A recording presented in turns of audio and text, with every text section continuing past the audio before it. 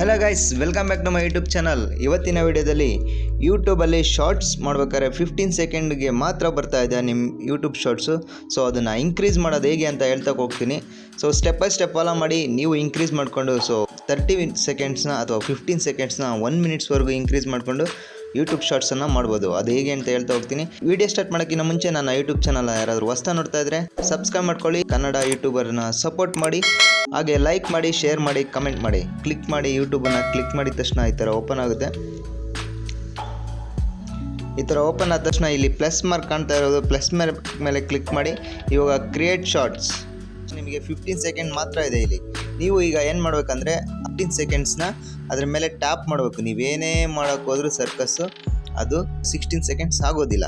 So tap ಮಾಡಿ, just tap ಮಾಡಿದ ತಕ್ಷಣ ನಿಮಗೆ 16 ಸೆಕೆಂಡ್ಸ್ ತೋರಿಸ್ತಾ ಇದೆ ನೋಡಿ. ಈಗ ನೀವು ಯೂಟ್ಯೂಬ್ ಶಾರ್ಟ್ಸನ್ನು ಮಾಡ್ಬೋದು. ಸೊ ಅಥವಾ ನೀವು ಗ್ಯಾಲರಿಗೆ ಹೋಗಿ ಆ್ಯಡ್ ಮಾಡ್ಕೋಬೋದು. ಇಲ್ಲಿ ಕಾಣ್ತಾ ಇರ್ಬೋದು, ತೋರಿಸ್ತೀನಿ. ಮುಂಚೆ 30 ಸೆಕೆಂಡ್ ಇತ್ತು, ಈಗ ಸೆಲೆಕ್ಟ್ ಮಾಡಿದ ತಕ್ಷಣ 60 ಸೆಕೆಂಡ್ಗೆ ಆ್ಯಡ್ ಆಗಿದೆ ನೋಡಿ. ಸೊ 37 ಸೆಕೆಂಡ್ಸ್ ಆ ವಿಡಿಯೋ ಇರೋದು. ಈಗ ಆ್ಯಡನ್ನು ಕೊಟ್ಟರೆ ಈಗ ಆ್ಯಡ್ ಆಗುತ್ತೆ ಕಂಪ್ಲೀಟಾಗಿ.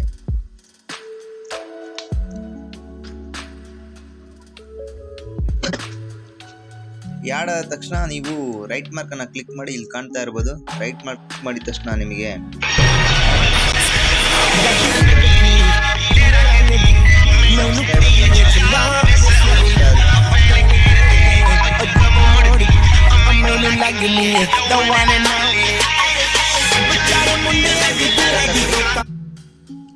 ನೆಕ್ಸ್ಟ್ ಅಂತ ಕೊಟ್ಟು ಈಗ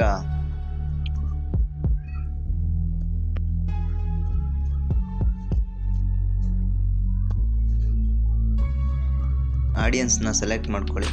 ಸೆಲೆಕ್ಟ್ ಮಾಡಿಕೊಂಡು ನೆಕ್ಸ್ಟ್ ಅಪ್ಲೋಡನ್ನು ಕೊಡಿ. ಈಗ ನೀವು ಕ್ರಿಯೇಟ್ ಶಾರ್ಟ್ಸ್ 30 ಸೆಕೆಂಡ್ಗೆ ಫಿಕ್ಸ್ ಆಗಿದೆ. ಸೊ ಈ ಮಾಹಿತಿ ನಿಮಗೆ ಇಷ್ಟ ಆಗಿದರೆ ಲೈಕ್ ಮಾಡಿ, ಶೇರ್ ಮಾಡಿ, ಹಾಗೆ ಸಬ್ಸ್ಕ್ರೈಬ್ ಮಾಡ್ಕೊಳ್ಳಿ.